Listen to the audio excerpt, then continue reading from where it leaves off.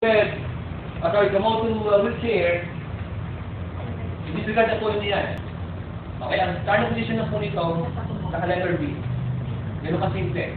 It's either doon na mag-start, punta dito, o dito, punta doon.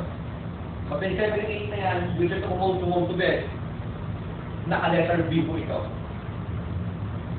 O ba? Paano po ang ating gamit na letter B na yan? Okay. Again, yung strong part po ninyo, malapit kung saan kayo pupunta.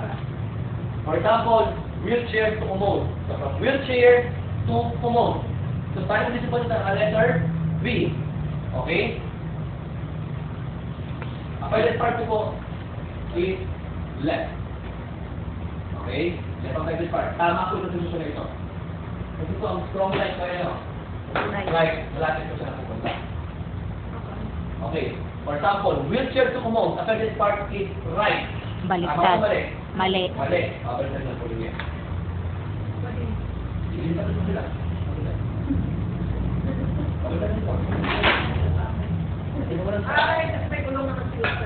Saka I'll give you time to ayusin or arrange one.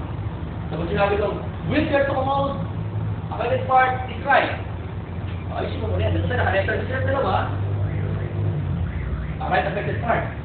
Ayusin mo muna. Nag-give tayo para ayusin ka. Kung tandaan po ninyo, ang strong side palagi, malapit doon na kayo. Okay, so sa posisyon na ito, wheelchair to commode.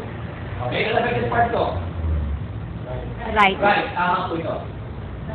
Okay, kasi ito po ang aking weight, ito ang aking strong. Ito ang kapal ko po na doon.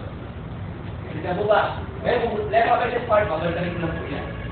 Ganun din po dito sa commode. Ganun pa rin wala. Okay, commode to wheelchair. Affected part what? Ha? Left affected part, tama po ito. Left affected part, pero ito po. Right. Ito pupunta dito.